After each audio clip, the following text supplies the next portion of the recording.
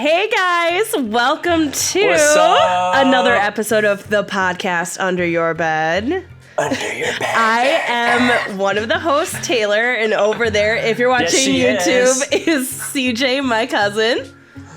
What's up, y'all? We're stoked. What do we got in store today, Taylor? We got a big one, guys. We are covering Halloween Ends 2022. Yes!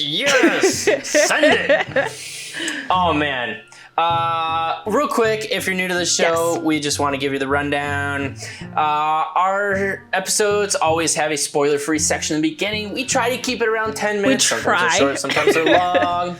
No promises. And then we take a break and we come back with a themed cocktail to buckle up and dive into the bloody entrails of our deep dive critique, where we rip apart the movie, and there are lots of spoilers.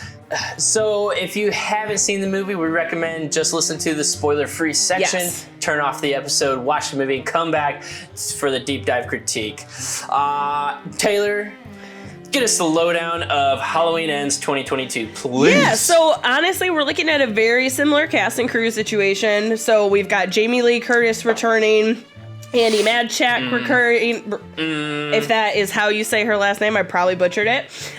We have Madchak, there we go. We've got James Jude Courtney playing The Shape. You've got Will Patton coming back as Frank. Kyle Richards comes back. I love him. Yeah, oh God, I love him too. He's great. And really, honestly, aside from kind of our, I say OGs, really Lori is our OG, but you know, for the new OGs, everybody's back, which is great. And then we have a new character coming in called Corey, who's played by Rowan Campbell. Unfortunately, I think we are both too old to have watched the Hardy Boys on the CW, so I think that was a miss in terms of me knowing who he was, but he did a great job. Don't know him. Don't care. Caught my eye this time. Yes, though. He whatever your opinions of the movie, performances solid from everybody. And kind of on a similar beat, you might not love the movie, but I have to say the team does a stand-up job. So this is, again, same kind of crew. We've got David Gordon Green helming the project again. You've got Danny McBride doing a bunch of the co-producing and writing credits. We've got the same cinematographer. So I love that this group has kind of gone through this whole journey together, which is really cool. Yeah. And it does, even though I think this gets a little dicey tonally, it's a very different movie. But I will say, having just watched all three in a row, I do think there's actually a pretty clear vision on what they wanted to do. Yeah, I agree with that. It's definitely a trilogy that must be watched as a trilogy. Don't go watching Halloween Ends without having watched Halloween 2018 and Halloween Kills. And ideally the original 1978. Yeah, absolutely. Got to start OG. The best. And you know, the franchise has moved in a different direction. You know, it's a little less of like this simple, straightforward slasher guy with a knife movie, which I love. But I also really do like the vision of like a full series of movies that, you know, while comes to an ending that maybe not everyone enjoys, still comes to a very like cohesive place. Yeah, definitely agree. And you can see the arcs start in the beginning and finish throughout. For sure. But we gotta rate it. Be a little more harsh. We gotta rate this too. Yeah. Where are you falling on? Well, let's start with Monsters Under the Bed. How scary is it? Out of 5 Monsters Under the Bed, how many monsters do you give this film? 4 monsters. Whoa! Did you just say 5? No. We've never rated out of 5. I see what you're saying. You're right. Taylor has corrected me. We rate out of 4 monsters, so there can be no middle ground. No, exactly. We don't do middle grounds. We take a stand, damn it. What side of the fence are you on out of 4 Monsters Under the Bed, Taylor? This is so difficult. It's a tricky one. Oh my God, how do I even say this? So the thing is, this film, because it is so different in tone and because the pacing is so different, I don't find it as scary as kind of any of the other entries, not compared to the OG, not compared to the 2018, not compared to Kills. I think it's probably my least scary one out of the group. Yeah. It's hard because I think I agree. I really didn't jump. I didn't think about this at night going, oh, I'm so freaked out, nothing like that. Yeah. Because I think that nothing lingering. tones are like a little bit more nuanced than just horror. And so it's a different kind of scary. But at the end of the day, it's hard. I'm honestly teetering between a 1 and a 2, which seems super harsh. But the thing is, oof. I just don't think it's that scary, but because the effects are so good and because, again, the themes kind of are a little bit more realistic in a way. And I say that with a big caveat, in a way. I guess I'm going to give it a 2 just for that, but honestly, I'm very, very close to a 1. How about for you? That took me a long way to get there. I agree. 2 monsters out of 4 under the bed because there is a lot of gore and a lot of that sort of the slow monster gaining ground on you type of feeling. But it is not super suspenseful. Honestly, I think the scariest scare was in the very beginning. I agree. Oh my God. Totally agree. First jump scare of the movie, I thought was the best and it was the most atmosphere as well. Fun. I felt like the atmosphere was the most tight at the beginning compared to the rest of the film. Very much agree. Yeah. All right. So out of 4 stars, overall rating of the film, what do we think? Okay, again, this is actually another one that feels like a little hard to answer because the thing is, it is filmed very well. I don't think, whether you hate this movie or not, I don't think that is disputable. The cinematography is really excellent. The editing is really excellent. It is a well-crafted film. I can't dispute that. My issue is that with the writing and the themes, I don't think they're always fulfilled, and I don't think they're always presented in a way that is either coherent or very nuanced. Sometimes it's kind of beat your head over kind of a situation. Sure. So I think I'm going to give this one a 2 because it just doesn't quite get there for me. If things had been a little cleaner in that respect, I think I could have bumped it up. But I know I'm the harsher of the 2. So where are you at with it? Yeah, this is a hard one because I agree with you. It is very, very well made. Yes. But you're talking about a cast and crew that's worked together on, this is now their 3rd movie, right? They've been there. They've done this. It's a franchise that has long legs, so you got a lot to start from in terms of building the style and tone. So, damn, I have to give it a 2. I have to agree with you. This one. Yeah. Only because there is such a high bar to uphold, and it falls a little short. And I think the story is great and interesting, but the writing was almost half-assed, or it's just overt, and like you said, there's no nuance.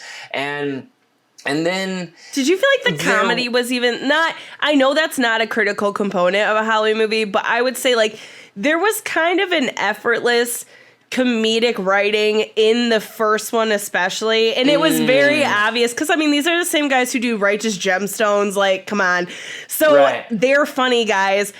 It felt like there was, and I get maybe tonally it didn't make sense to do that, but I just felt like the writing felt a little sharper in the other ones. Did you feel like that, or was that just me? Yeah, agreed. And they used camera and action on screen instead of narration to tell a lot of the story and like create some subtlety where there was zero subtlety in this.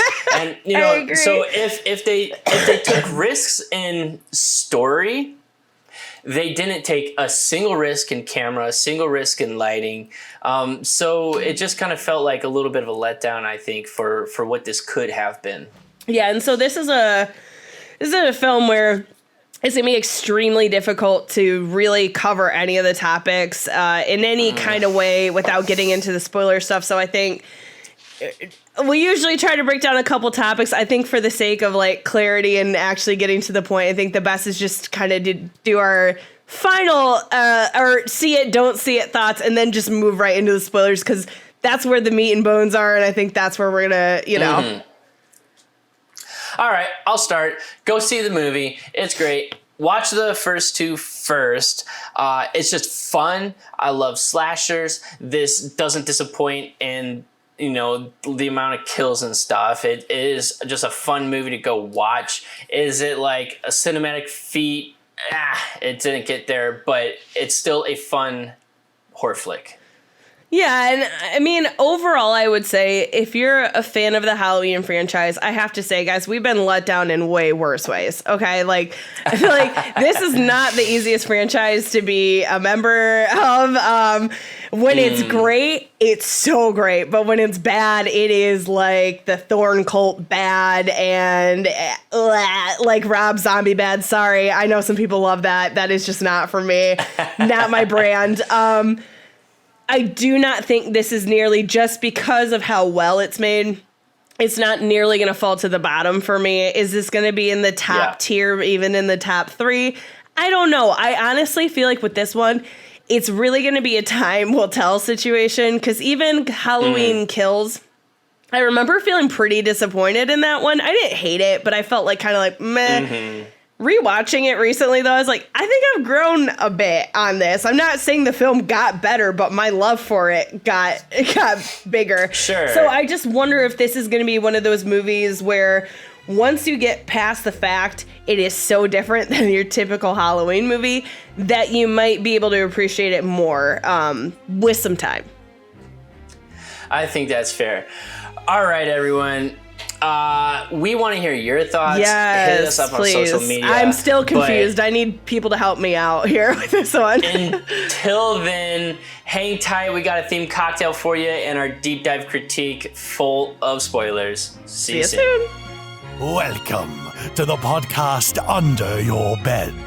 There'll be drinks, critique, and perhaps a few murders. You're all invited, but once the podcast has begun, there's no way out. The ghosts are waiting, so won't you join me for the podcast Under Your Bed? Sorry, kids are asleep. It's Can't a late filming night for us. All right. We're so excited that you went and watched the movie too, so that you can sit and drink with us and talk about this movie. Before I tell you about our cocktail, I got to give a shout out to an old friend of mine in Tucson, because he has an Instagram account called Michael Myers of Tucson. Follow him on Instagram, and it's basically just him screwing around with a Mike Myers mask. Who doesn't hate that? Doing silly shit. He's like this like suburban dad of 2 with 2 dogs, so it is hysterical that this is like his thing. They're gonna be, you know what? You traumatize them at the right age, and they're gonna be just fine, and they're gonna be horror nerds like the rest of us, so it's fine. All right. And in return, we expect you, Andrew is his name, to send some of your followers our way, please. We would appreciate it. So shameless plugging of the nth degree. Keep it coming. Anyways. For you all out there that want to share in the cocktail of the day, we have the apple cider cocktail by Platings and Pairings. It's pretty yummy. It's a nice, easy fall drink. It's basically like apple cider and vodka. Yeah, and some limes. Yeah, we spruce it up, give it a little citrus with lime, some apples smashed in there, and splash of club soda, and you're good to go. highly It's, recommend. delicious. Personally, like the first time I put too much club soda, so please be careful because that dilutes the ever loving shit out of this drink, and that's not good. So for me though, I added a smidge more lime, a smidge more vodka, and I did a sugar cinnamon rim, and it is really, really good. Sugar cinnamon rim sounds like a really good choice there. I was very happy with my decision to include jealous. this. I sprinkled some cinnamon in mine because I did not have apple cider. I got apple juice, and this cocktail just is falling a little short of what I imagine it could be. I mean, you're drinking like a child's drink with alcohol, essentially, is what you've done. I muddled mine, and I got apple cider, and you're like, I poured some apple juice in it. No. I muddled the apples. All I got the limes. okay. I just didn't have the apple cider. All right. Anyways, Taylor, you're in the hot seat today. I am.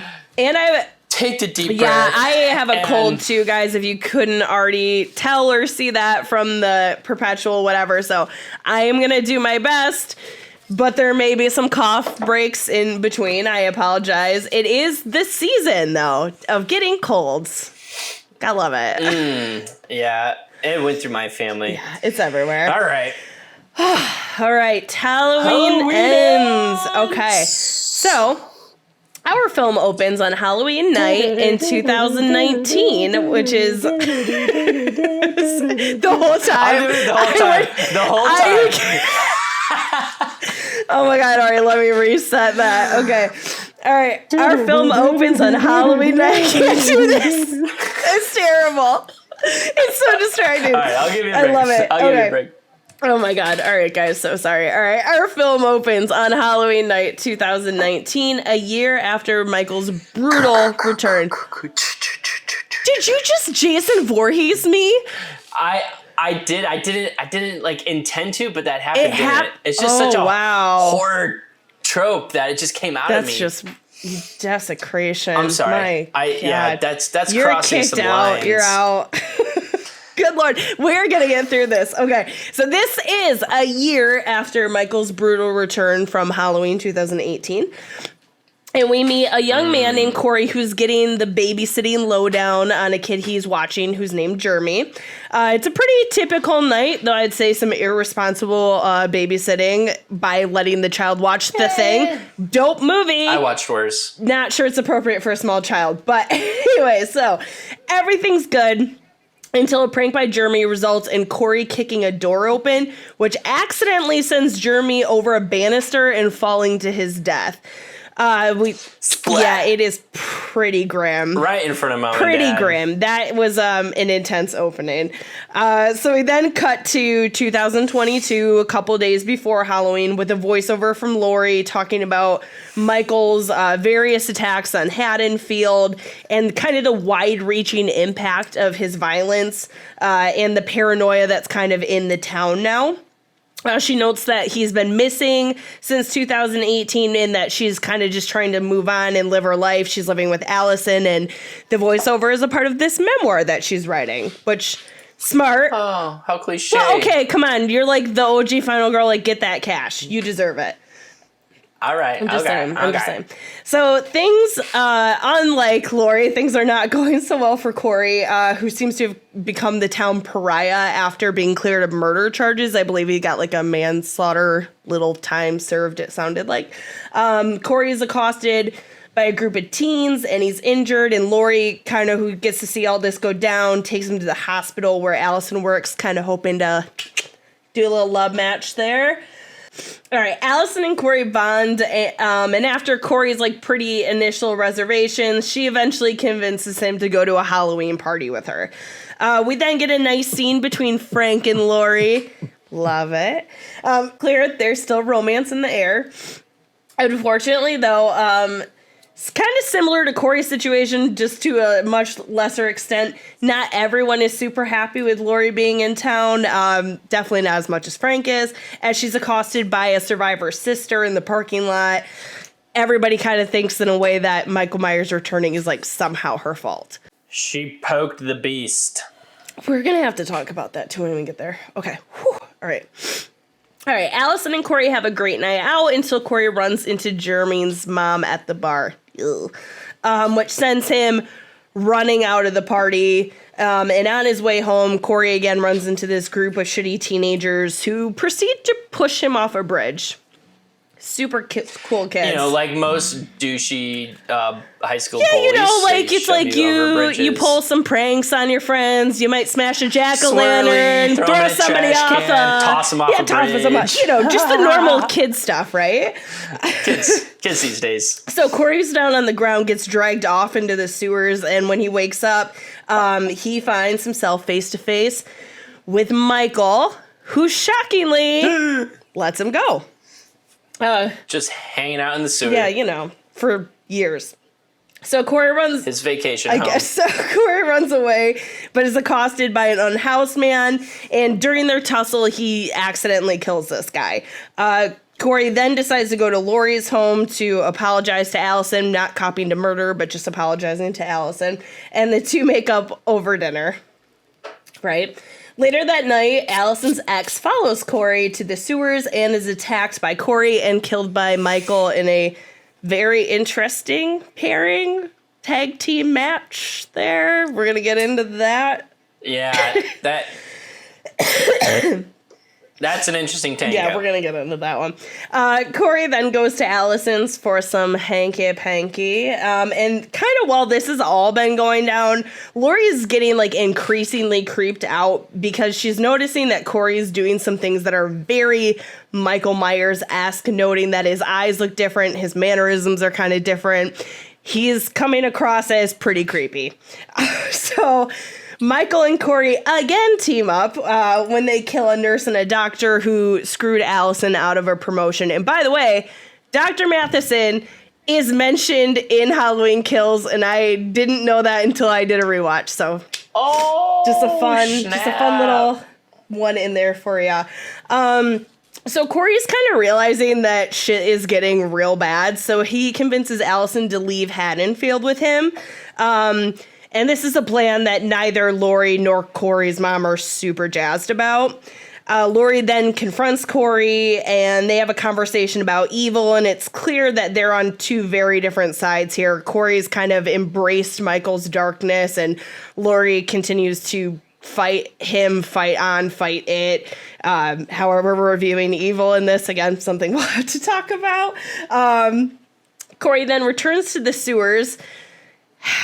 It really hurts me to say this line. Like the Ninja Turtles. I literally hate this. And bests Michael and ends up taking his mask. I have feelings. Yeah, we have problems with I don't this. like that at all. I'm sorry. We'll get to the... In all of like 10 seconds. Like a shoving match. Took his mask. Michael's gotten old. I guess, you know what, that is true. And he's pretty busted. His knees hurt. He's pretty busted. But still. He's a little bit...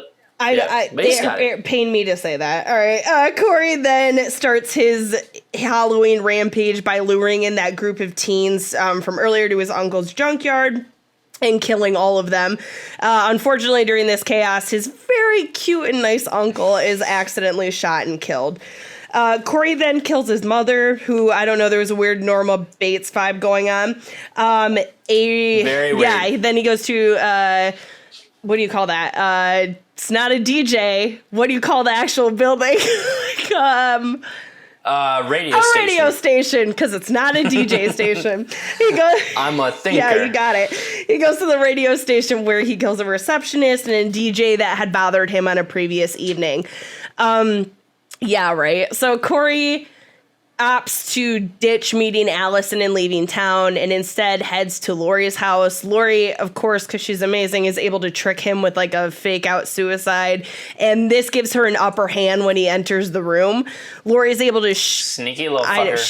She's the best. Laurie shoots him, and Corey then elects to stab himself in the neck in a way to kind of attempt to frame Laurie for his death. Allison comes home to this carnage, thinks that Laurie did it based on their dynamic that's been building up through the movie, and leaves just before Michael arrives. So Michael, I assume not amused by having his mask taken, takes his mask back and proceeds to break Corey's neck, which does kill him. That's a no-no. Yeah, you don't do that. No touchy. And then finally, we get what I think most people thought this whole movie was going to be, and where I think some people are kind of mad. But we finally get the epic showdown of Laurie and Michael. So despite super severe injuries on both sides, Laurie does manage to pin Michael's hands to her kitchen counter, and while he's pinned down, she's able to slit his neck.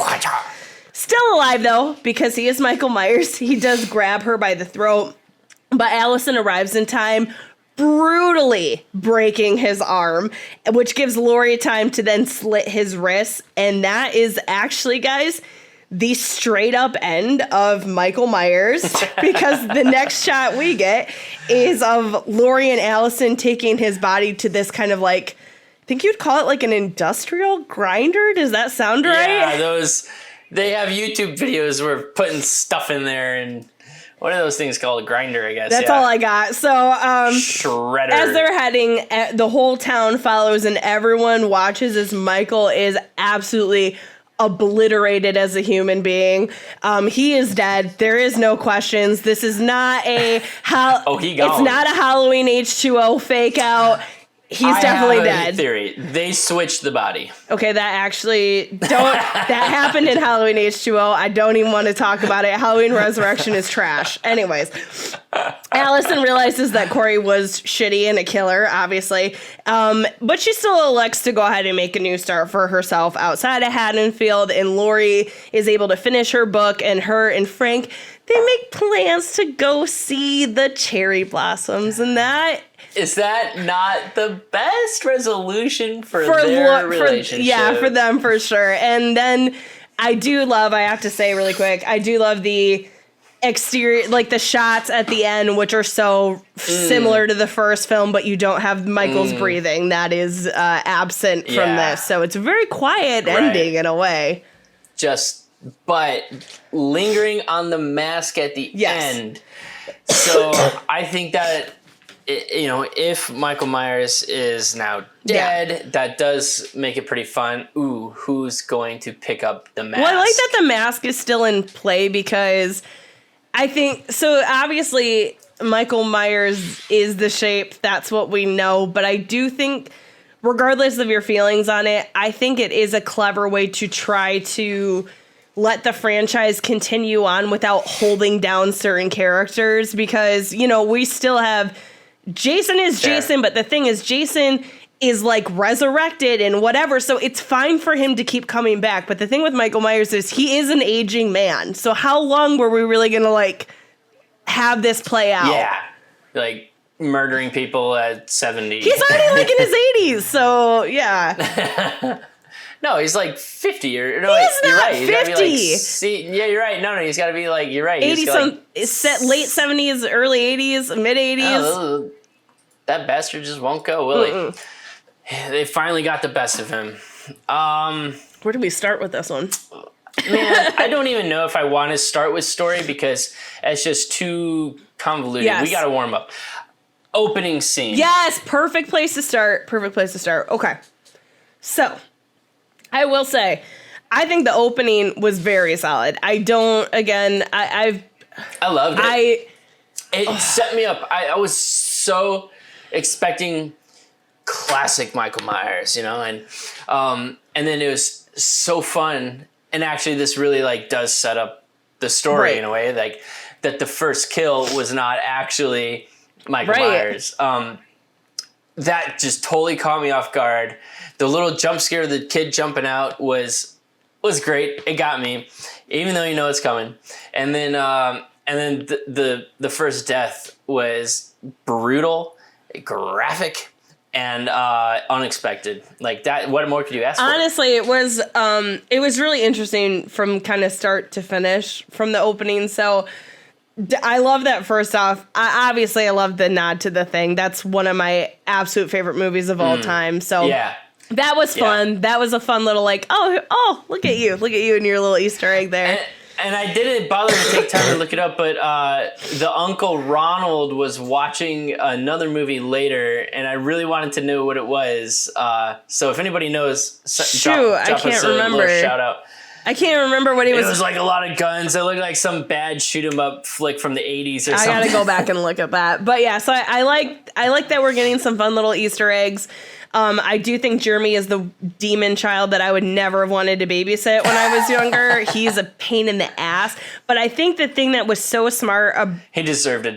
Look, death. in a way, I'm just saying. No. But I think what was so smart about this and what they set up for the theme of the movie is that when Corey is locked in that attic, I 100% was expecting Michael to be in there. And his panic, yes. I felt panicked because I was like, Michael's going to come get him. Michael's going to kill him. So yep, they set it up really well where you understand that there have been ramifications in this town and where people's paranoia is and getting all like easily revved up or whatever, where it made Boogeyman's gonna get you. Yeah, which made him make a dumb decision. But honestly, I was like, yeah, I would probably do the same thing, like try to get out and be really panicked. So I know it wasn't even a dumb decision; it was just an unfortunate circumstance, you know. Because, and then so there really is a lot of like psychology kind of playing through not only the town, but these individuals that have been victimized through their circumstances, right? Yes. So trauma. Yeah. Yeah, right. And they're just re-traumatized through the entirety of without him actually the film in their being lives. a part of it, though. That's what's so good about it. Yeah, so that's interesting. Like, you know, the shape still haunting people even when he's not there. So that is kind of an interesting idea to like have as the focus of your film, even though it's, you know, not Mike Myers slashing people up. So yeah, I guess love it or hate it. It's such a hard, honestly, it's such a hard one for me to really grapple with. So I'll say if you're looking for a way of like closing your trilogy and passing the torch, I thought it was an interesting way of sort of like setting you up to think that Corey will be the next Michael Myers, right? Yes. So you're like, oh, this is interesting. Like you're watching the birth of the next, you know, mass murderer. And then you get the surprise of his death taken by his own hand, which was an amazing choice and moment in the movie. I still feel like I didn't really truly grasp that character motivation, if I'm being honest. I mean, he was just, if I can't have her, no one will, right? I guess, but it just was such... I mean, I understand. I guess that is fundamentally... And this is, I guess, where I start having issues with it, is a lot of it is related to Corey, and it's hard because I feel like Corey actually has a very strong start. But to me, he actually kind of falls apart by the end. And I don't know... I don't know. I guess for me, the thing is... With Michael Myers, what I like and what's so scary to me is I don't know him. You only get that shot of him as a kid at the beginning, and that's about as motivated as we like really understand of him. And I love that we don't know anything. I think the problem is with Corey is that we see all this happen and we kind of see him go down this like hole. And some of it is really interesting, like the kind of having like an addiction in a way where he can't go pursue these things that would like better his life or make him happy or whatever. He can't get over that, and he can't get over this trauma, and it's totally crushed his life to the point where he's become a monster. But it's hard to like see him as kind of a Michael Myers when we have all this backstory and we have all this motivation, and in some parts he's kind of whiny and annoying, and so it's a little difficult for me. I think that's where I struggle a bit with that idea. No, I agree. I what is scary about Michael Myers is he has no motivation. You cannot understand him, right? You fear the unknown. Yes, exactly. And when there is no motivation and he is just He's a killing machine. Kill, that's it. Yeah, then that is scary. But on the other hand, Corey's character you see as somebody that like there is a little light at the end of the tunnel, no matter how faint it is, and you understand where his motivation comes from, so it's just not as scary. So unfortunately, because the movie was focused on him as the killer, it did not have the same like scare factor as any of the other movies. Yeah, and I mean, like, in a way, I think it is smart, like you said, to kind of tee up this idea that Corey is going to be the next Shape, he's going to be the next Michael Myers, and then to kind of pull the rug out. I think that is clever, and it does show that there's potential for other people to kind of take up that mantle, which, again, you're setting up for a future that maybe they're not gonna, the creators are not gonna be a part of, but that somebody else could kind of take the mantle and run with it. But yeah, I guess, I don't know, I guess while we're here, it's a good time to talk. It's a good time to talk about Corey. We need to talk about Corey very much to the we need to talk about Kevin thing. I'm not done with this yet, though. Okay. I love how the idea of, as you're saying, like, who's going to take up the mantle, because in the very beginning, at the credits, you get the pumpkins, the opening credits, you get the pumpkins coming out of the pumpkins, and it's like the killer within, right? It's like, who's wearing the mask? It could be anybody. And at times I wondered, I was like, oh my God, is Allison going to pick up the mask now? Is she going to kill Laurie? You know, like, who's going to, you know, it did kind of keep me on my toes about who is it going to be. And then I got to say, like, one of the best moments of the movie was when Michael Myers comes back in the last scene, picks up the mask. Yeah, I felt great about that. And when he broke Corey's neck, I was like, you little bee, like... I was like, don't you think you can beat up my Michael Myers? And I can't believe I'm defending him at this point because I'm a Laurie Strode girl, but come on now. That was some BS. So you're right.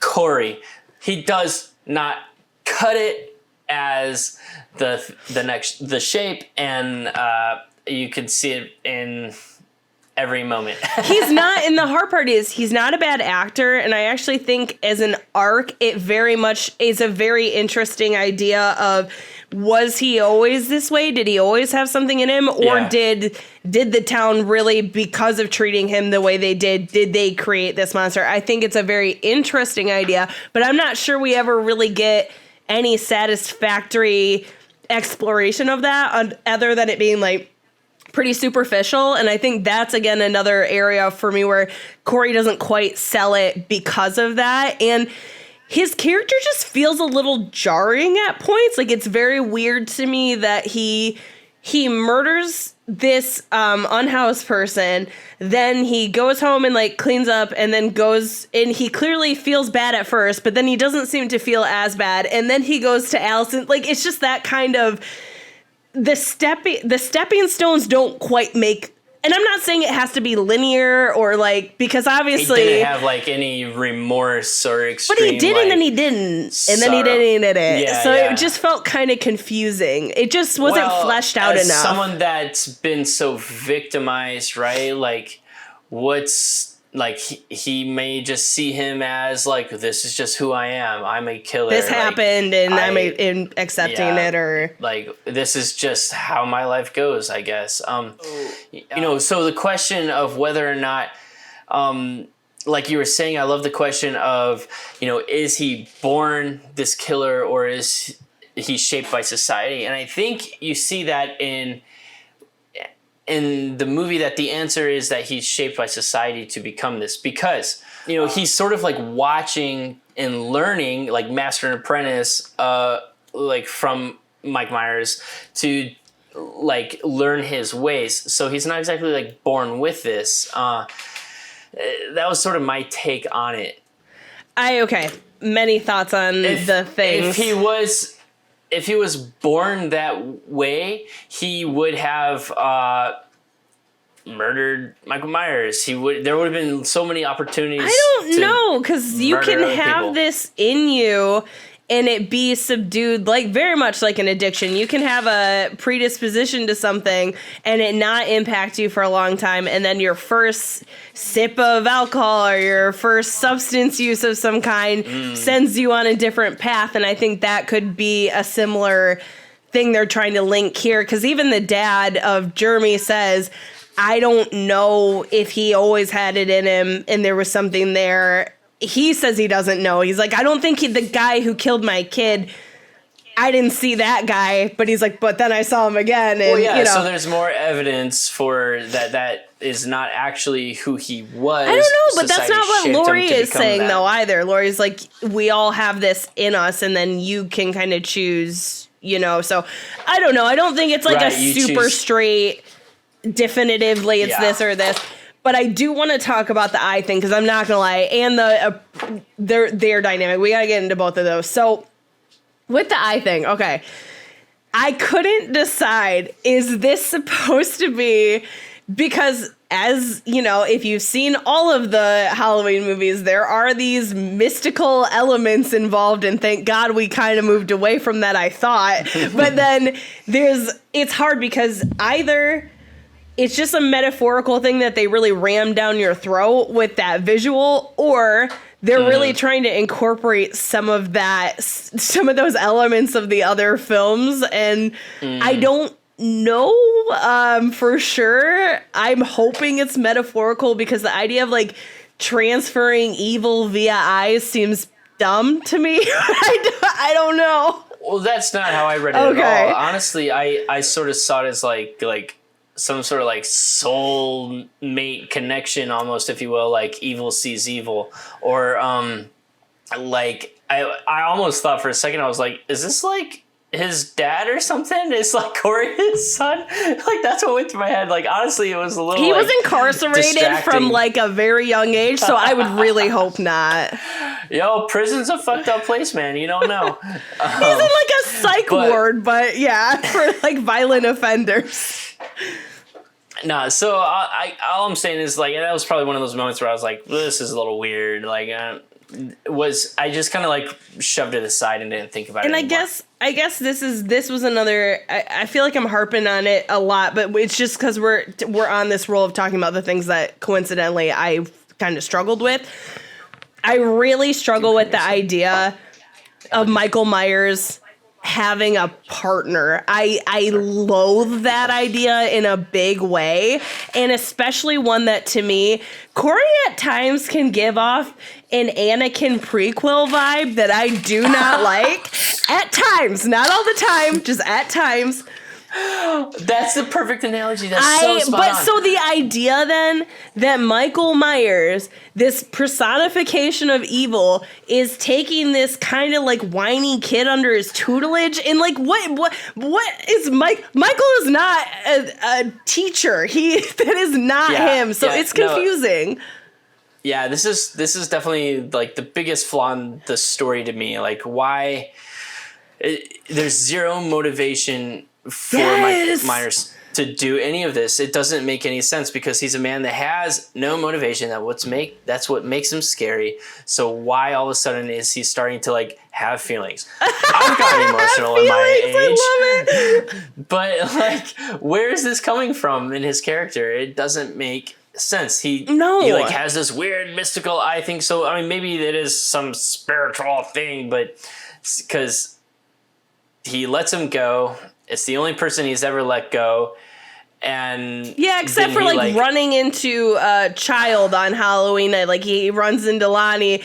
Okay, but then the cops are also there, so he leaves. There's no or anytime he's left a victim, there's really been a purposeful reason for that. So it's pretty bizarre. And again, I don't think Michael's opposed to killing anyone, obviously, but I think the one that really bothered me was the team up with the doctor, where I was like, what does Michael care about any of this? Yeah, the whole like master apprentice thing, like I will show you the ways, like here's how you hang a person on a wall with a knife. But also, don't use a song that has the word eye in it and then don't gouge someone's eye out. Like, I don't even know what we're doing with that. Why even have that song involved? All I know right, it's on the nose, but come on. we need a sidetrack here with the music. Let's do it. There, Wait, score or soundtrack? Let's say both. I guess they're kind of both, but you know what I mean. Let's say the soundtrack and at first, because the score is epic. Obviously, as always. John Carpenter and his little baby. The music in the very beginning was weird to me. Oh my god, I was so into it. Are you serious?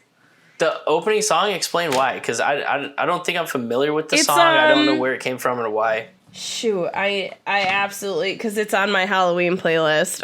Like, I'm a freak, and I have curated this Halloween playlist, not specific to the movie, just specific to the holiday, where I have like 19 hours of songs that are either like associated with a horror movie or they're spooky of some kind or whatever. And the new vibe I've really gotten into is this like kind of there's a shitload of 60s songs, like 60s 70s songs, and a lot of rockabilly songs that are very like Halloween themed. So for me, that song, I was like, yes, I love this. Like, it was right up my alley. It was totally, I loved it. I thought it was awesome. Oh, man, what do you want him to play, the Monster Mash? No, it just like I don't know. It just didn't fit well with me. But I dug it. What's the name? The very last song I thought was a perfect one to go out on. See. Oh my god, we totally disagree then, because I thought it was such a basic ass song to end with. Oh, that's so funny. I'm really surprised they picked it. I was like, really, guys? That's hysterical. Why? Because it's already been in 100 other horror movies, and I really couldn't believe that we couldn't come up with anything more original. It just didn't work. I swear, even, I could be making this up, but I think Scream even ended with that. I could be total BSing that. I have to think about it, but it's 100% been used in other horror movies, like well-known horror movies. So it just was interesting. Like, that opening song is a very original song, and the ending is not, so it's kind of confusing for me. That was just my thing. Okay, fair enough. So score-wise, do you have a favorite between the three? Did you feel like all three were consistent? Ooh. No, they felt pretty consistent, yeah. I mean, am I wrong there? No, I think each one has a different tone to it to better fit the movie, but each one builds on where they introduce that. It was funny because in Halloween 2018, that was my bad. Oh, good. In 2018, they introduced that electric guitar, and at first it was kind of jarring to go from the piano to that, but then they found a way. Actually, I think they ran like a cello thing, I think, across it. I'm not good with instruments. This is going downhill very fast. But anyways, however they made that sound, that zoom sound that like happens throughout. I gotta pay more attention to that. Oh my gosh, it's great. But it's in the second one. I just kind of like how each one takes the elements but then changes it up a bit. And so the score is another area for me where I could not possibly see anybody complaining about it. It's John Carpenter, it's Cody Carpenter. I think they did an excellent job for each film, and each opening sequence had a great score behind it. So I was really happy with that. Yeah, definitely agree with that. Let's get into some of the relationships. Wait. I mean, we talked about like Michael and Corey. Michael Myers and Corey. It's weird. It doesn't add up. Nope, confusing. But I think a relationship that I liked was Corey and Allison. I agree. I'd like to hear what you liked about it, though. Well, I thought it fit really well. Like, sort of like bonded in trauma, sort of like similar type of trauma as well. Not really, but yeah, just bonded in through trauma and exhalation in a way. And it felt like pretty authentic in like the pacing of the relationship. Like, Allison sort of like being a little more assertive, and then, kind of like having the conflicts of any like young relationship. So did that feel like forced for you, or was it something that you were kind of like had enjoyed seeing play out? I did enjoy their dynamic. I think they had nice chemistry, and like you said, there is definitely a reason why Allison is trying so hard, and it might even be this kind of redemptive thing for her if she can help this person. And obviously she's in a helping profession. She's a nurse, so this all kind of jibes with her character for me. I think at certain points it felt inorganic with like how much harder she was trying at points, but then then he kind of, as he's becoming a killer, kind of becomes more of a smooth talker, which is kind of weird. So he gains his confidence. He gets his confidence. Takes her on a bitchin' motorcycle ride. So it made sense, and I think very Tom Cruise moment. Yeah, I think the interesting part, or the most interesting part, and I kind of mentioned it already, but with Corey's character is the fact that he has this chance at redemption. He has the chance with this girl who, quite frankly, is well out of his league and is into him and willing to go with him. And he still can't. He can't do it, though. He can't do it. He cannot be a functioning human being in this relationship and can't get over his trauma and his darkness. And I think that part was interesting. Again, there was just a few times with Allison where I was like, girl, you seem smarter than this. I'm kind of confused, especially when Lori is like, hey, this guy's creepy. I don't know why you wouldn't trust her at this point, given we've gone through 2 movies of people not believing her, and then she was right. So that was kind of confusing for me, but I do like their dynamic overall. They've settled into suburban living, and, it hasn't been that long, I guess. No, it's only been like 2 years or 2018. 4 years. 4 years. 4 years. 4 years in a pandemic. Right, so I guess that'll do it to you. That actually, you know what? The pandemic explains everything. That solves all the I holes. get it. All right, fair enough. Best movie ever now. Even Michael Myers was like, God, it's been so long since I killed anybody. I'd like to show someone how it's done. He was just anybody. Isolating because he didn't want to get COVID. That was all it was. God, it totally makes sense why he was in the sewers now. To lower the curve. Yeah, I mean, I respect it. Thank you for wearing a mask, Michael, always, and for isolating yourself way ahead of the game. Well, just good guy Mike Myers over there. Here's a relationship: Corey and Mother. Oh, okay. Again, I hate I swear there are parts of this movie I like. It's really sounding like I'm just like, This felt so unnecessary to me. It just didn't have any background to it and didn't serve any purpose. No. There was 1 or 2 scenes where I was like, why are we even having this scene? Well, one that comes to mind is Lori with Corey's mom. I don't even know her name. No, I didn't write it down. I didn't feel like it was relevant. And it was like, why this conversation went nowhere. We learned nothing. The movie moved forward in no ways. So it just was just a very extreme character with very little consequence in the story. And then she kissed him, which I was just... okay, if you want to have this backstory of there is already a trauma background, I feel like there's a better way to do it than that one scene that is kind of ambiguous in a way, because in my opinion, it is not set up well enough to be like it's a Norma Bates situation. Yeah. So, but isn't there enough trauma in murdering a child to yes! You don't need to have that at all? Nope. But that scene just made me absolutely, again, for the second time in the movie, fall in love with The uncle, Ronald. He's the best. And also, though, I think he's my. I thought it was his dad my favorite the first character. time. I thought it was his dad. It It wasn't until the beginning of this episode that you said uncle, and I was like, oh shit, it's his uncle. I thought it was his dad till I read something that said his uncle, and I was like, what? And I went back. Why? It is his uncle. I questioned it. I was like, is this like a new marriage, like a boyfriend? Yeah, or that's something? what I thought. Because they don't look alike, right? There's no like physical attributes that like matched up for him being father. But oh my god, after Mother kisses Corey, Ronald has the line like, I hope you find love. Yeah. The guy is just.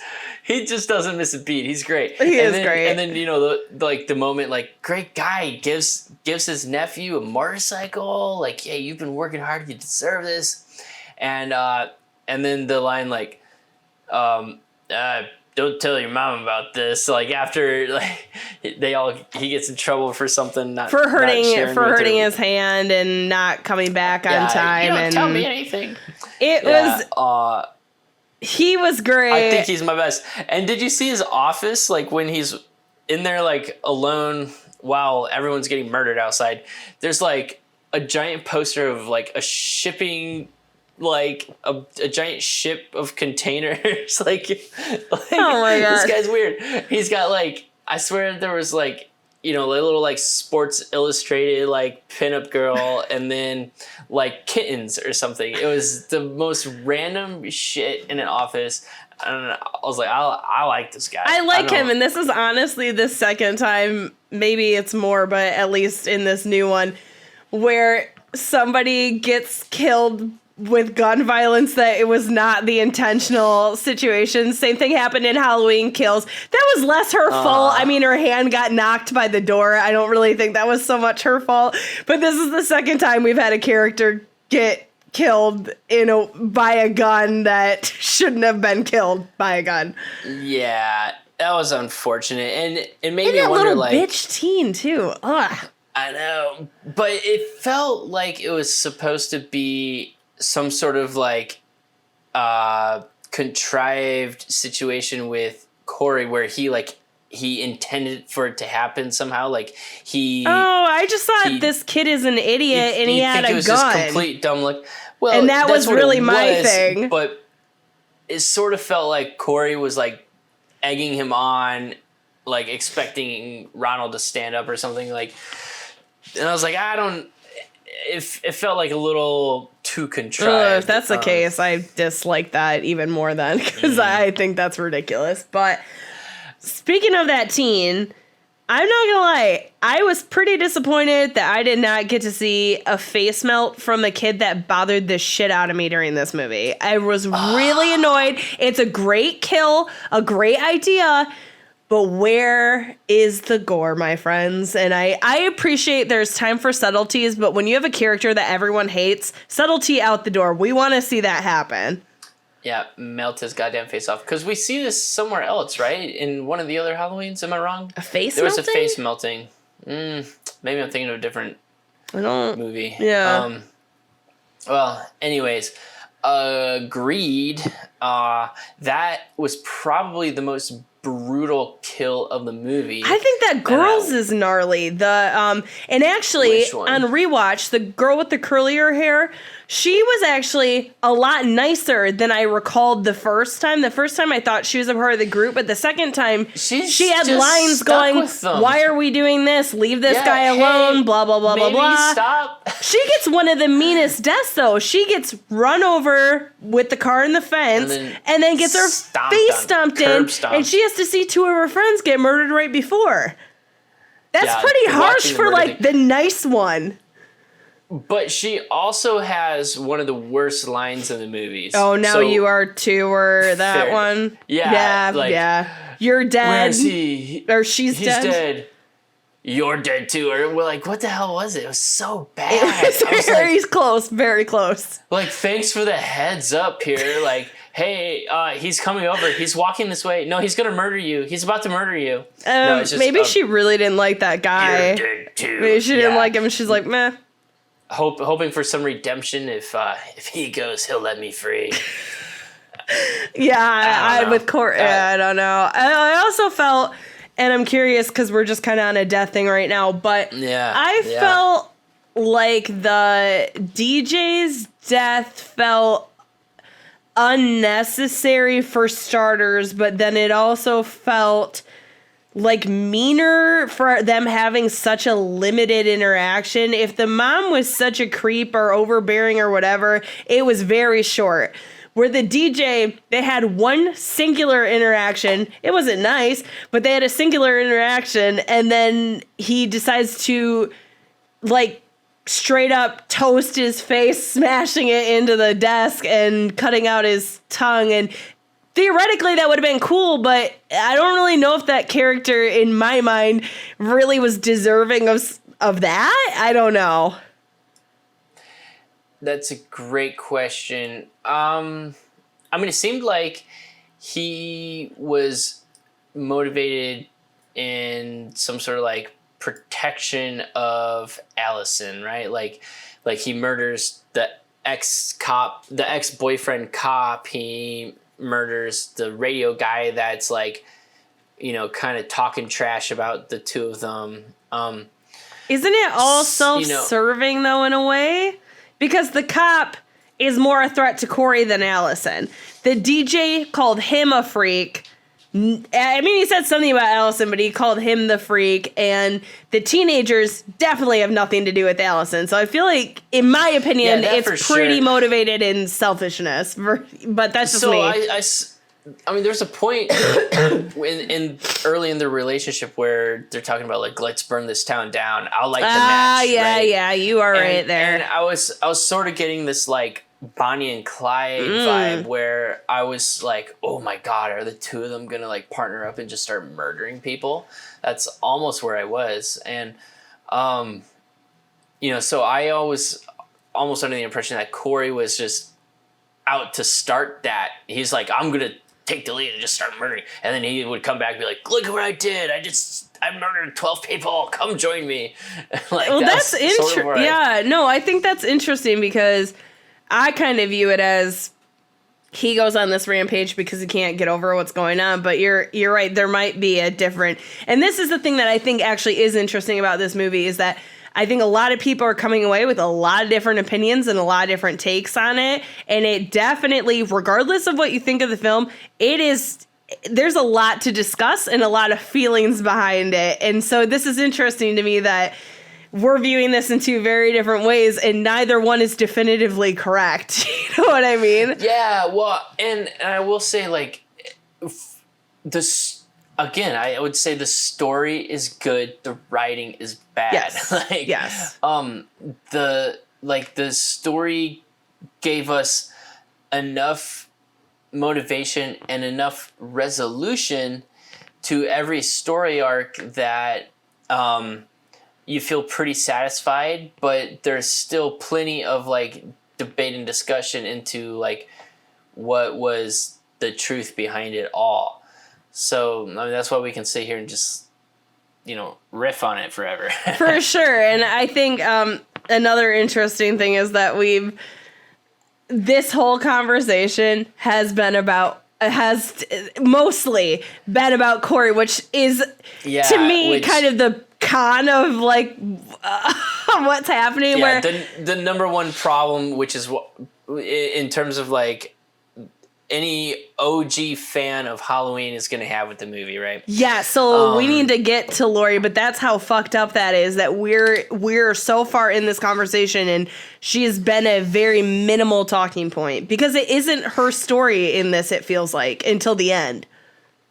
Yeah, and if you look at like the arc of the three movies, it really is supposed to be about her. Like she's the final girl, and like why is she neglected in this last movie? Even in the second one I felt like she took a bit of a back seat, but this felt worse in some ways. That is very true. Yeah. This was 100% worse. Yeah. But if you think about her like as like this victim, as a survivor, like to see your granddaughter who you saved from the atrocities of Michael Myers to potentially be like like lost to this reincarnate of Michael Myers would be extremely terrifying to her. So, you know, I can see that. No, there's if we spent more time on her, if we saw more of the film from her perspective as opposed to Corey's perspective, yes. it Nailed would have been a stronger film for the OG fans. Yeah, and I mean, I will say, I personally don't take issue with the fact that in the first movie, we get somebody who's dealing with extreme PTSD and very reactive and has an alcohol issue, and I really like that version is so different than we always get the very strong final girl, and so it was cool to see strong but struggling in a very big way. Then you get to the second, and we don't really, you know, it's the same night, so we're not getting a lot of time to kind of process what's going on. But even that, we're seeing some changes in Laurie even from that one. And then we get to this third one, and it is nice. I don't personally have an issue seeing her as this, like, she seems like a kick-ass grandma, like, because she is. And it's kind of nice to see her not struggling so hard. It is refreshing to see her character in a different place. And it is kind of nice she isn't fully being stalked the whole movie. So we do get to see her be strong. She's doing the stalking. Yeah, 100%. I love that line from her about something like show grief your fucking tits and say let's go. And then like throws some pumpkin guts on them. And she still can't carve a pumpkin, but that's fine. We love her anyway. We love her anyway. Yeah, for sure. I mean, so we could go in circles for days on story and. But we have to talk about that. We have to talk about the end. We have to get there. Okay, are we ready for that, or do we? Because you're right, it can just whoop whoop whoop circle around. Because there are no like very clean answers. No. All of the end, I guess. Michael Myers dies. But even the fight and all that, we gotta like. I'm interested in your view from, especially from the first fight in Halloween 2018 to this one. I loved Laurie trapping Corey with the fake suicide. That was clever. And well, I was like, what the hell? No, I know. When I was watching it, I was like, this is way outside the character. What the fuck is happening? Like, so I was suspicious and I didn't know why. And then, ta-da! She knew Corey was coming and laid the trap, and it was a beautiful trap. They trapped us, the audience. And then it was a pretty quick death for Corey. Like, a couple shots, and then... I was ready to move on at that point, so I was fine with that. All right. Okay. No, fair. Just for me, I wanted to see Corey gone at that point, so I was kind of ready. Yeah. No, I think that's fine. And then I loved maybe my favorite moment of the whole film was maybe outside the opening scene was Michael Myers picking up the mask and putting it back on. Yeah, it was finally like, fucking hell, we got to it. In the last 10 minutes of the film, we finally got to see Michael Myers like do his thing. With Laurie specifically. Yeah, and then it is that final girl moment, the showdown. Did it live up to your expectations? This is a hard one to answer because in a way I would say yes. I think overall, I think my issue was that exactly what you said. We're getting that in the last 10 minutes and it feels very frustrating. And actually, I was messaging an account that we follow on Instagram that I really like, and they were saying that their issue was that the marketing very much was just about this last 10 minutes, and it is a very misleading situation because the movie, and I get you want to surprise your audiences, you want to throw them off, so I understand that to an extent, but I do think it was kind of shitty to pack it all in the very last 10 minutes of the film. We've all been on this ride with Laurie and subsequently with Michael, and I wish this had been fleshed out a little bit harder. I don't need it to be like an insane sequence, but that first 2018 interaction was so goddamn good.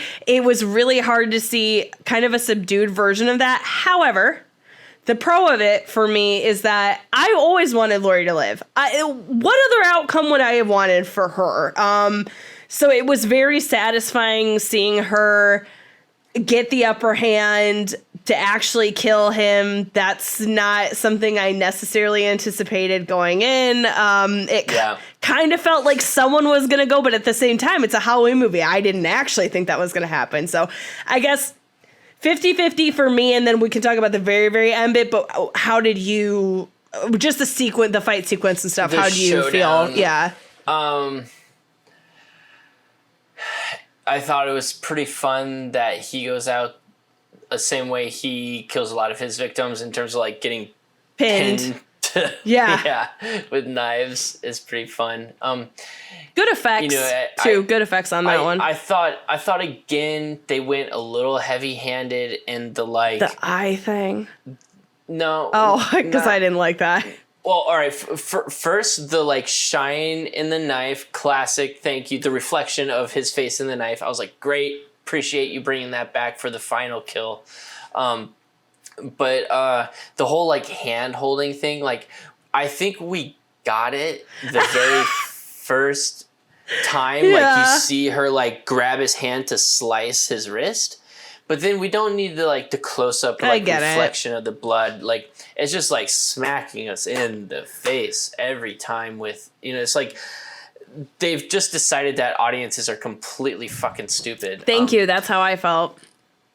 Yeah, the whole movie, why does it have to be this cliche over, and I'm going to narrate the film via memoir. So it was unfortunate that happened in that moment, but I thought it in the reality of the world, it worked out really well and was really, really great. We all expected Allison to play some part in the death. I don't hate sort of that. Last minute save, totally fine with it. But I will also say that Halloween is a franchise built on Michael Myers returning, so does he have to die? The audience expects him to live every single time. So do we have to have that closure? Yes. Do we? We do. It's fucked up. We do. David Gordon Green just stole all the other directors' chances of making. No, but here's my thing. A Michael Myers movie. This is an important distinction, and again, this is something I believe I said at the top, but who the hell knows? It's been a couple drinks and a few hours, so I'm not so sure. But the thing for me is, this is not Jason Voorhees, who again died, has been resurrected. This is canon stuff. He is at this point a half immortal whatever person. The big thing about Halloween has always been that Michael only has he is just a man. He is just a man, but he's also evil personified. So in a way, he is more than a man so that he can withstand these extreme acts of violence done to him and not die. But at the same time, he is a person. He does not have these special powers. He can't whatever. So I think if you want this film or this franchise, and I don't know if this is feasible, I don't know if audiences will accept this or be okay with this, but if you want to present this idea that the franchise can move forward without, again, being completely tied to Laurie and Michael, this is how you do it. Because how else are we going to we can't always have Laurie be around. We can't always have Michael be around. Again, they are significantly older. This is the last time they want to do this franchise. So it doesn't it doesn't work unless we want to just keep rebooting and retconning. And I don't want to see someone else personally. I know it's going to happen, but I don't want to see someone else play Laurie Strode. I didn't like it the first time they did it, and I certainly won't like it the second time that someone inevitably does it. So for me, that's why I think they make such a point to be like, this is the end of Michael Myers. He is dead. The story of Laurie and Michael is done. So what can we do now with this franchise? That's how I see it. That's a very good question. So what do you think we can do next? What's happening? What's coming next? That I honestly cannot answer because, again, will fans even accept this? Will fans even accept the idea that someone else can put on that mask? There. I think the idea is someone's going to... Right, but will we as an audience be okay with someone else doing that, and what does that look like? Because if it's something like Corey... Yes, we're going to be okay with it because we love slashers. We do, but it's not Michael Myers. It's going to be someone else, and that's important to remember, that this is what they were trying to do here. Well, Michael Myers Jr., I don't know. No, he does not have a kid. We talked about this already. No, so so obviously that part of it is pretty debatable. I think you touched on it, but I like that Allison comes in, especially because Laurie saved Allison and Karen, then Karen saved Allison. Now Allison is able to kind of return the favor, so it's a circular kind of Strode women helping each other. Don't hate that. Super about that. And another area I know a lot of people did not like, but I actually did not mind, was them strapping the body to the car like a hood ornament, like a deer. And I kind of dig the fact, though, that this town that's so traumatized got together as, like, it's almost this old school, like, gladiator type thing, like watching the execution or whatever, you know. Mm-hmm. I actually kind of like that there's probably a cathartic thing for the whole town. Yeah, for the whole town. Yeah. Yeah, no, agreed. I think I felt exactly the same way. Like, it was like, how realistic is this nowadays? But it's not. Everybody would file a lawsuit. There'd be some, lady out there, you can't do this. I like the cop. I love the cop though. That they're like, you can't do this, and he's like, we're doing it tonight. I was like, yay, y'all. Kind of like that. Yeah, so I agree. There's something like primitive to it that if your town really was that traumatized, would pull out the pitchforks for, right? Like, yes. Like in the Halloween Kills, right? The second one was when they like all band together to like, we're taking this motherfucker down. I kind of almost wish that had been the third. Okay, well, it's hard. I'm half and half. In a way, I kind of wish the second movie had happened last, with the town coming together to get rid of this guy. But at the same time, I understand for most of us, the showdown really lies with Laurie and Michael. So I don't think that was really feasible. But I just feel like in a way it would have been kind of cool to see something like that happen in this third one. But it didn't work with the directions things were going in. Obviously, it wouldn't have worked. Yeah. All right. So where does this movie fall in the trilogy? How does it stack up compared to the three? Oh, my God. Honestly, I don't even know if I can answer that right now. I don't even know if I mentioned this earlier, but with Halloween Kills, I think I did, but with Halloween Kills, I've really kind of come around on that one. I don't think it's the best made movie. It's definitely not better made than this one.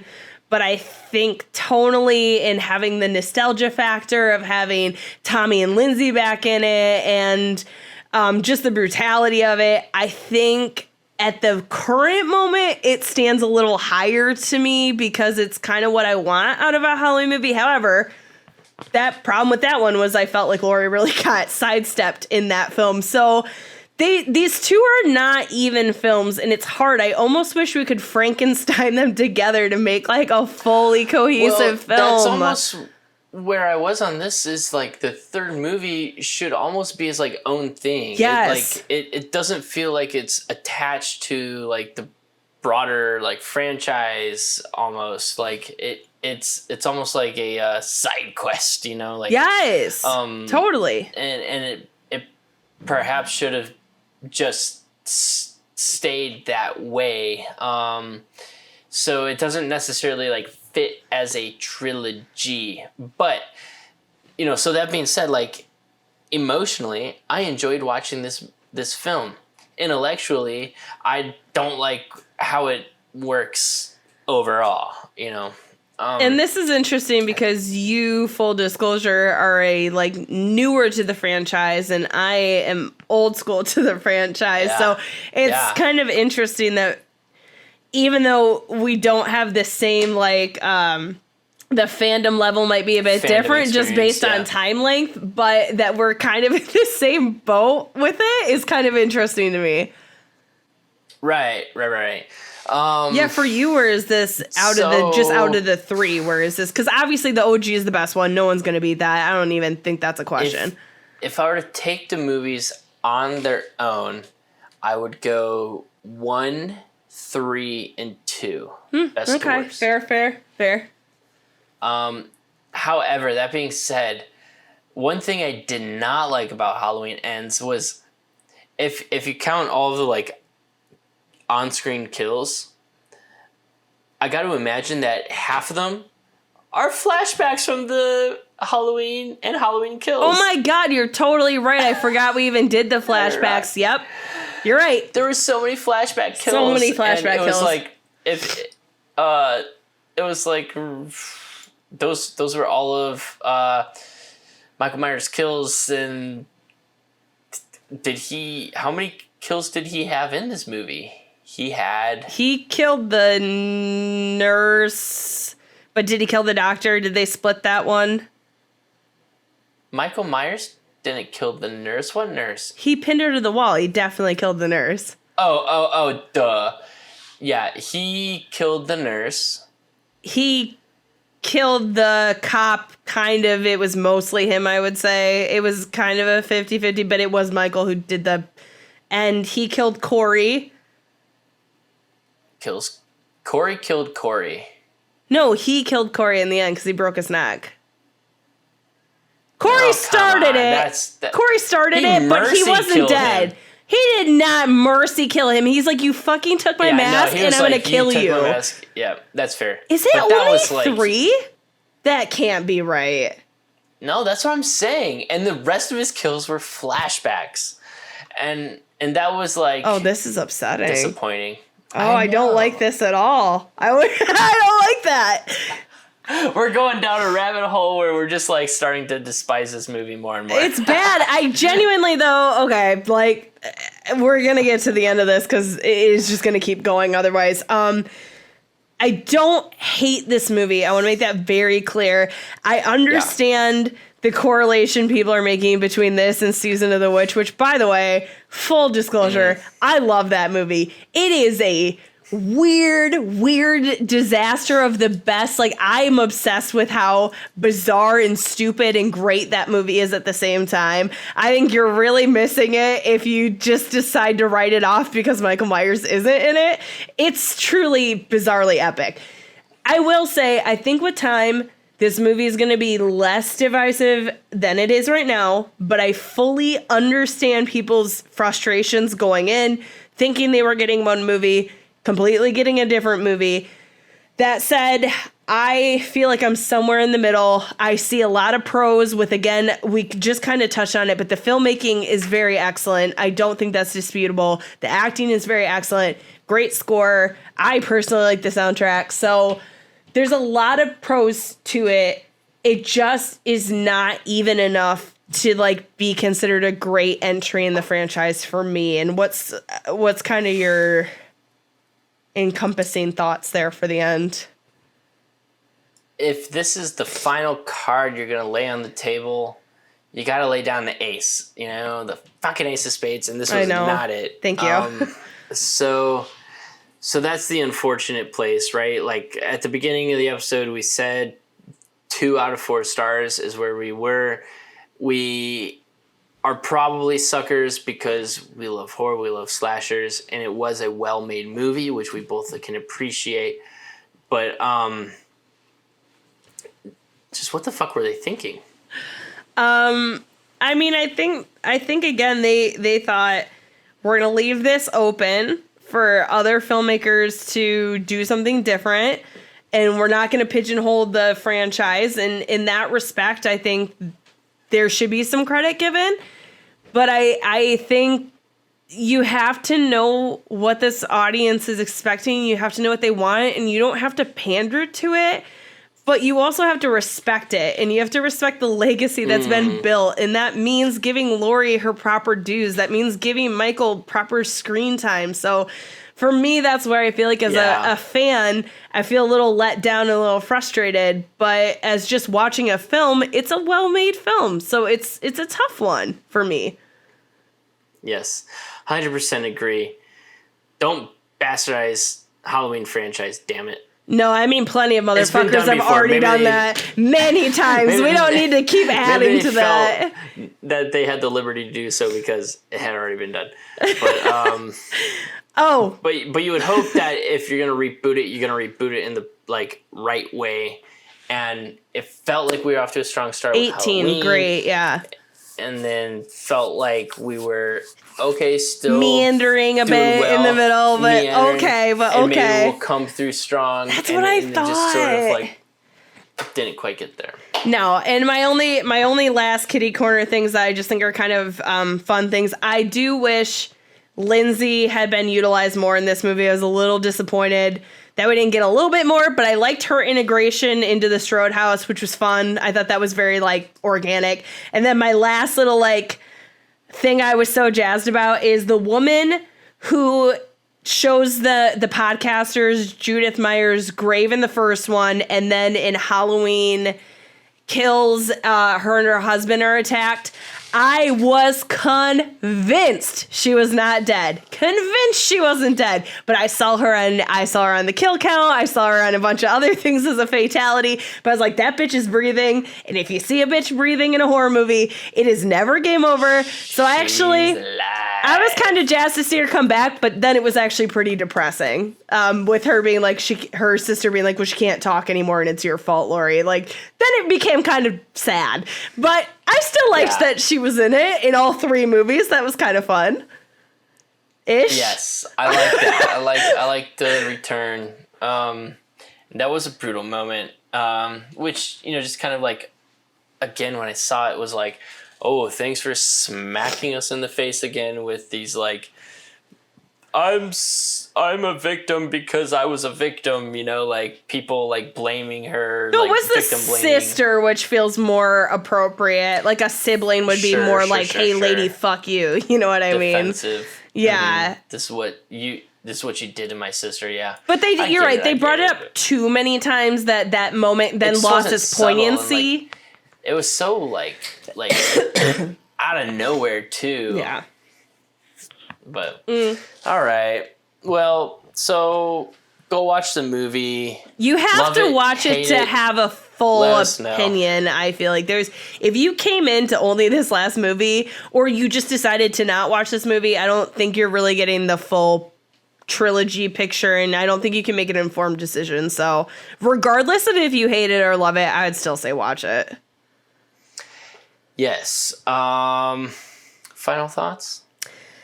I mean, that's really it for me. I mean, I've talked circles around this thing at this point. I just hope that everybody else gets the same chance I did to get to go in kind of somewhat knowing what to expect. I think I probably would have cried if I went to a movie theater and didn't know that information, and that's what I got. That probably would have been very upsetting to me, but luckily I had seen at least initial feelings, not reviews, but I had seen a lot of feelings online before. So I guess what I would say is just go in with an open mind, realize it's probably not going to be the thing you're expecting it to be, and then make your own decision from there. And if you're like me, you might still be wrestling with that decision. So it's probably going to take me a while to figure out where I really stand with this movie, to be honest. So what's your last, because we said last like 15 times. What's your last thoughts on this? Well,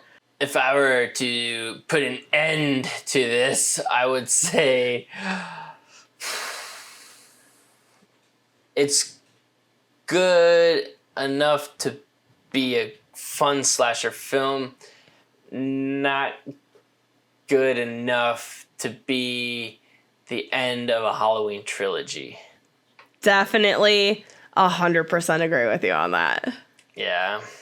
So we would love to hear everybody else's thoughts about where everything. They think this I want to know fits. what are your theories with the eye thing. The eye thing, other relationship points that we glazed over.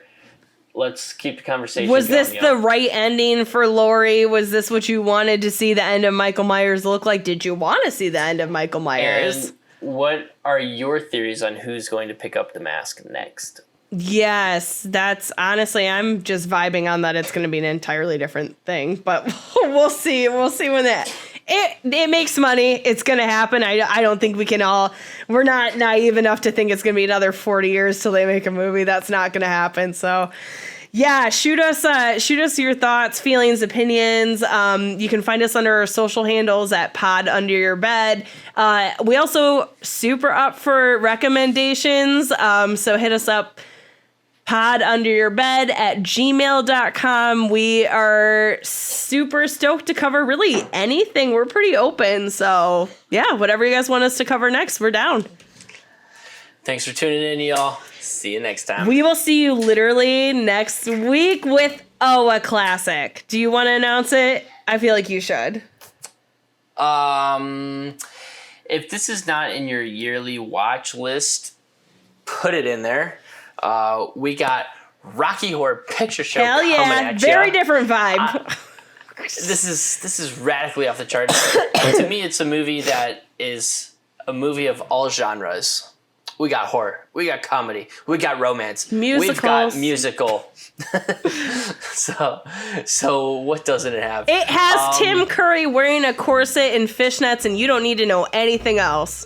That's enough said.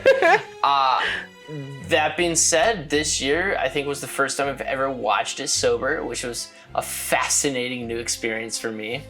So I saw it at 13, so you know, like different situations. It's sort of like a family heirloom for us. I feel. I think like, you're in a lot right. of ways. Yeah, I'm excited to talk about that one next week. Everybody stick around. Go give it a watch. This week, you got a week for it to come out. What day is that? The 3rd, 26th. 26th. Whatever next Friday is. Whatever that date is. So we love you. We love horror, and we can't wait to talk about And thank Rocky you Horror for with you. sticking in for, I can only imagine, one of our longest episodes ever that was very circular, but we appreciate you sticking with us. And yeah, we'll see you guys next week. Our diehard fans. Bye.